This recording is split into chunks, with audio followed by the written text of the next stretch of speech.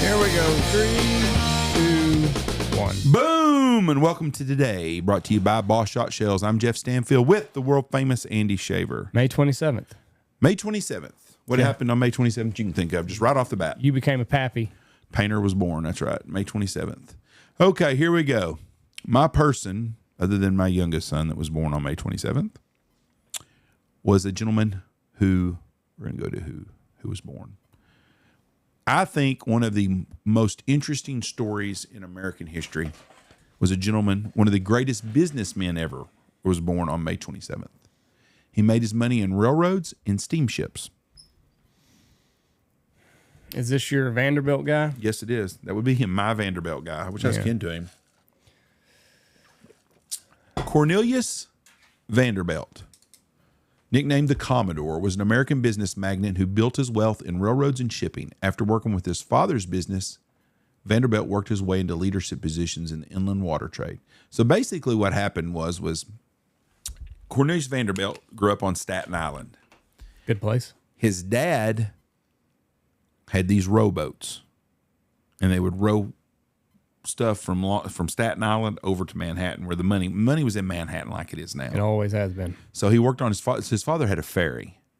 So Cornelius worked for his father in New York Harbor, and he quit school at the age of 11. At the age of 16, Vanderbilt decided to start his own ferry service. According to one version of events, he borrowed $100, equivalent to $2,000, from his mother to purchase a shallow draft 2-masted sailing vessel. $100?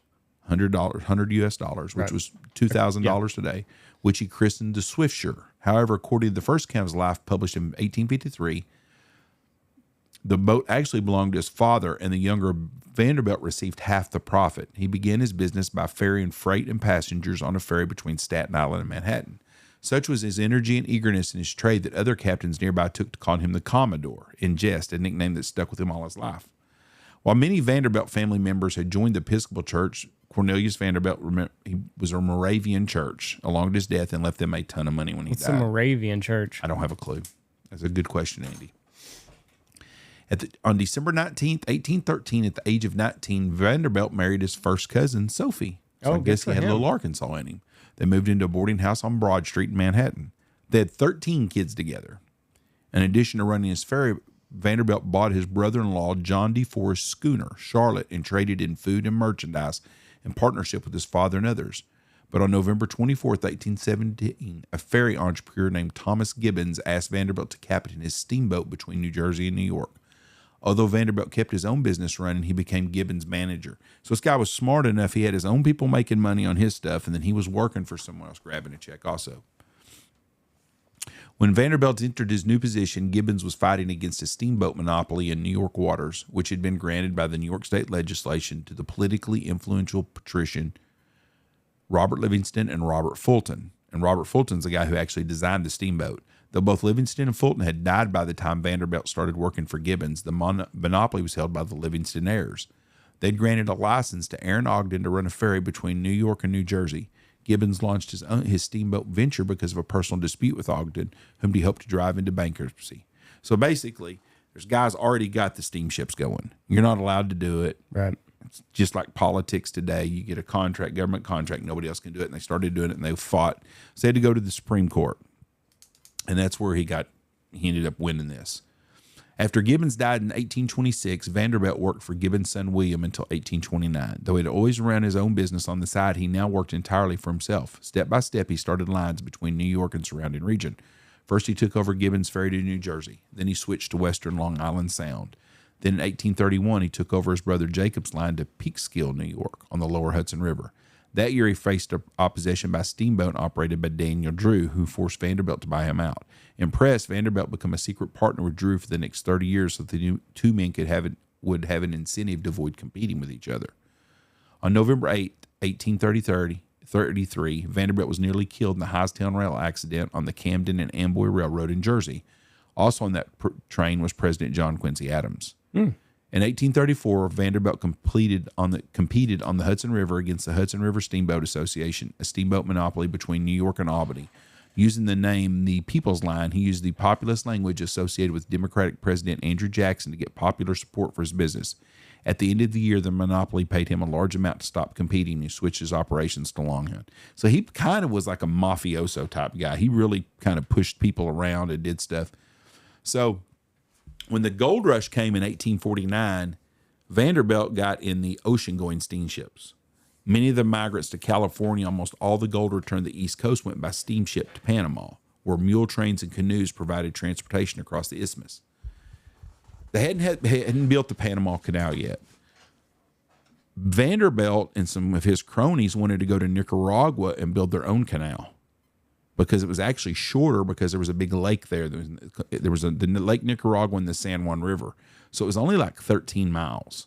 And that's what they wanted to do. It was a 12-mile carriage road between the Pacific port of San Juan del Sur and the Virgin Bay on Lake Nicaragua. And they figured if they could do that, that was going to be the actual Panama Canal before we got into the Panama Canal. So anyways, when the Civil War started, Vanderbilt attempted to donate his largest steamship, the Vanderbilt, to the Union Navy. The Secretary of Navy, Gideon Welles, refused it, thinking its operation and maintenance too expensive for what he expected to be a very short war. Well, that short war wasn't very short. So Abraham Lincoln and them came to him and asked him, and he done it. And not only did he give them his boat, he got a government contract off of it. So he got paid for his boat, and then he was also paid to outfit a major expedition to New Orleans. He suffered a grievous loss when George Washington Vanderbilt II, his youngest and favorite son and heir apparent, died without ever seeing combat. He was in the Navy and never died. So anyways, he had the New York and Harlem Railroad. There's a little place in New York City called Grand Central Station, built by the Vanderbilt family. Later on, Vanderbilt's first wife died. He married his second wife, and when he married her, she was big on donating money. So she liked to give his money away. So Vanderbilt's second wife convinced him to give $1 million, which is equivalent to about $23 million today, to Bishop Holland Nimmons McTyree, who was the husband of her cousin, to found Vanderbilt University in Nashville, Tennessee, which still holds his name. He also paid money to the Moravian Church. He died in 1877 at his residence in New York. At the time of his death, at age 82, Vanderbilt had an estimated worth of $105 million, which was equivalent to $3 billion today. In his will, he left 95% of his money to his one son and 4 grandsons, and then he left all the other family to fight over it, and they did. They fought, and they went to court over it, and then the oldest son ended up giving money to his brothers and stuff, but everybody received anywhere from $250,000 to $500,000 to each of his daughters. His wife received $500,000 in their New York City home and 2,000 shares of common stock in the New York Central Railroad. His youngest surviving son, Cornelius, whom he regarded as a wastrel, he left the income from he only got $200,000 in a trust fund. Is all he got. Oh, poor baby. Well, yeah, shit back then that was $200,000, a couple $1 million today. Poor baby. Anyways, even for his hated son. In his heyday, they said he would have been worth probably at today's round, probably somewhere around $100 to $200 billion is what he would have been worth. But anyways, that was Cornelius Vanderbilt. Okay, my person who died today was one of the greatest college basketball players of all time. For that wad of cash sitting in front of you, I would double it if you could guess who this was. He went to UCLA. He's white. And he won 3 national championships in a row as a college player.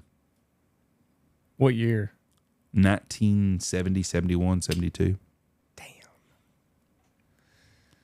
I'm just going to go with the Great White Hope, Larry Bird. No, Larry Bird went to Indiana State. Well. And graduated in, I think, 79 maybe. I was just hoping the 70s would. Bill Walton.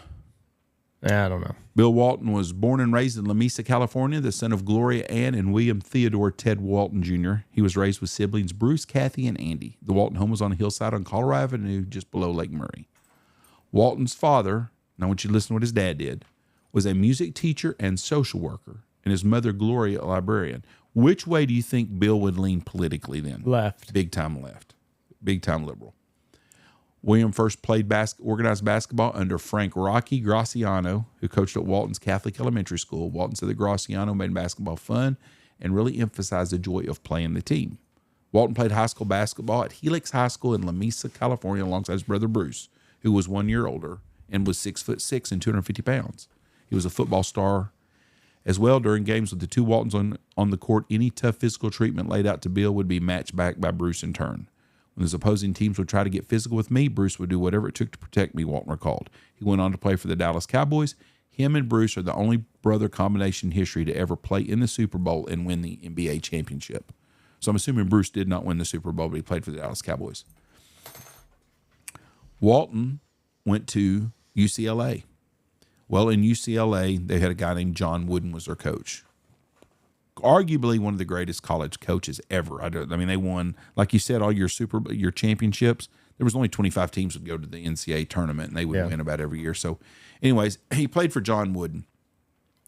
His freshman year, they weren't allowed to play on varsity. The UCLA team won the national championship. Walton couldn't play it, but couldn't play that year. Walton, they had a rule at UCLA. You had to have a haircut. And John Wooden or Bill Walton looked like a mountain man. Big old grizzly ass beard. Looked like Jim Kern. Long ass hair. Well, he went to see John Wooden and told him, he said, listen, I'm not going to get a haircut. I don't want a haircut. I'm not going to get one. So Coach Wooden told Walton, well, we're sure going to miss you. Walton then rode his bike to a nearby barber and got his haircut. Good for him. Yep. 1971-72, UCLA went 30-0, won the whole thing. Henry Bibby, Larry Farmer, Wilkes Lee, and Swin Nader. UCLA finished 14-0. They won the national championship that game. They beat the hell out of everybody. Walton was an All-American, was named the NCAA basketball tournament players outstanding. They won the NCAA championship that year, and they beat Florida State 81-76. The Henry Bibby guy that was on that team with him used to live in Wichita Falls. He was a basketball coach for our CBA team there. Can you imagine going from being a big star in the NBA to working in Wichita Falls coaching semi-pro basketball? His junior year, they again finished 30-0, 14-0 in the Pac-10. They went all the way through the Final Four. They beat Bobby Knight in Indiana. They beat Memphis State, and they won. They beat 87-66 over Memphis State, and they won the whole thing. So they won again. His senior year, they ended up losing 71-70 to snap their 88-game win streak. Now, how fun was that to watch basketball when somebody wins 88 games in a row? It's kind of damn boring. But they went all the way to the NCAA tournament. They lost a couple of games, and they got beat that year by – where the hell was it at? I saw it earlier. Oh, they got beat by North Carolina State is who beat them, and they won at North Carolina State. David Thompson rallied to win 80-77. In his 87 career games at UCLA, Walton shot 65% from the field, averaged 20 points a game, 15 rebounds, and 5 assists. He was Player of the Year a couple of years in a row. He went to Portland. He was the very first player drafted in the 1973 ABA draft and the 1974 NBA draft. He signed with San Diego. Also signs Wilt Chamberlain as a player coach. Walton was number one pick overall by the NBA's Portland Trailblazers. He ended up playing for Walton's first two seasons in Portland is where he ended up going. He shunned playing for the ABA. They won the national championship in 1976-77, and that is Bill Walton, who died a couple of years later, he died in 2021, I believe. But what's interesting about him, in 2024 he died, so he just died last year, is that when I didn't ever watch Bill Walton. I was too young for that, basically. But in 1985, he signed with Boston, and he was the sixth man, their backup center, and he played with Larry Bird, and he ended up being hellacious. He was a great bench player for them, and then he did win another national championship there. Played in the 1972 Olympics games. Anyways, Bill Walton.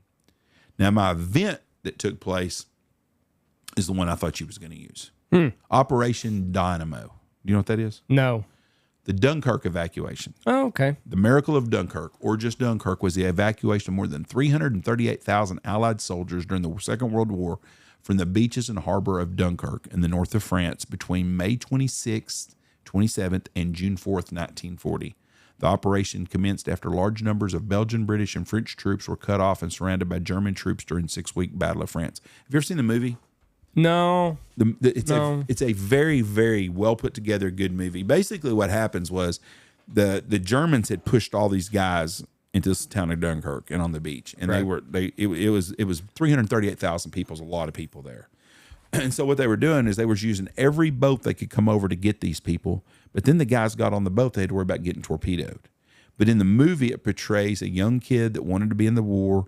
And him and his dad took their little fishing boat, went across and loaded up soldiers, and the boy got killed. But it's a great movie, and it was a big save in the Army, because if they wouldn't have got that done, that would have been the end of World War II. It would have been over pretty quick because there was so many people right there. But anyways, the Battle of Dunkirk, everybody needs to watch the movie Dunkirk. It's a very good movie. It's a good story. So check it out. But that was what happened on May 27th, besides Michelle giving birth to Payne. I have been watching the Blitz and Britain. It's new on Netflix. Blitz in Britain? Yeah. Is it a documentary or a series? Documentary. I watched the Osama bin Laden documentary after you said something about it. Yeah. Very, very good. It's good. Very good. It just blows my mind it took that long to get shit done. Well, Don Rumsfeld threw a little hissy fit and said this is a CIA operation. They had him in a couple years later, like 2003 or something like that. And Don Rumsfeld said, "This is a CIA mission. I'm not giving you any troops." Yeah, it was like four. It was like 4 CIA agents and the Afghan army or whatever. They had him on a mountain. They're looking down on him. They call in for troops, and Rumsfeld says no. Yeah, I don't understand all that. So they drop bombs on him. Osama bin Laden goes into the network of caves and shit, and then we don't see him again until 2011. You know what got me? Or 9? What was it? 11. It was 11. It's 10 years after the 9/11 attack. What got me about that whole thing was that little town, Abbottabad in Pakistan. You've got a house that's got these huge big walls on it. Nobody's coming and going in there. So you tell me somebody from a CIA or a drone or a satellite didn't notice that kind of? I mean, it just seems like you would have done a check on every building like that around to find out who's living there. Drug lord, it was Pakistan. Politician. We weren't at war with them. Yeah, but we knew. Why? If we were such good favor with them, why did we keep it a secret from them? I mean, does that make sense? Because they were eating off both sides of the plate. They just had to know before they went in. Who? Us. Of course we did, but we had to double and triple check. But we watched that compound for a long time, and it's hard to believe that the pacer is what they called him. It's hard to believe that we did not have intel before it took so long that we just had to follow the courier guy. Best thing ever happened to us was KSM couldn't take all the interrogation. He would talk like a canary. Yeah, but even KSM said he wasn't going to give up the courier. Well, of course he wasn't. But I mean, you're just saying all the information he gave. He did not give up who the courier was. Yes, he did. He gave up the name. He told all of his people. No, that was his name that he gave up. Mukhtar or whatever it was. Mukhtar. Yeah. It was who was filming all of his stuff. Mukhtar, and they figured out it was KSM. Yes. Yeah. But KSM gave up a lot of information, but the courier was never. He told them other guys, do not tell them. Do not tell them who the courier is. Yep. Yeah, the Blitz in Britain's pretty good. I have to check it out. Sad, man. Like basically, they evacuated all the kids. So the parents would stay in London, and they had to send their kid to the countryside. They just trained these kids out, and then hope that they got a good foster family waiting for them at the train tracks. Tough life. Sad deal. Yeah, there's one kid said he was 5. I think his sister was 9, and then they split them up at the train tracks. She went one way, he went the other. I think his parents died in the Blitz. And never ever knew what happened to his sibling. I don't know. I got to get more into it. But you know, how many soldiers you think fell in love overseas, these gals, and never seen them again? Or went back and tracked them down and never could find them because their place got blown to death. They talked about that a little bit because they interviewed men and women, and like basically one lady said you didn't know if you were going to get seduced overnight or bombed in the day because everybody's like basically thinking they're going to die, so let's just hump it out.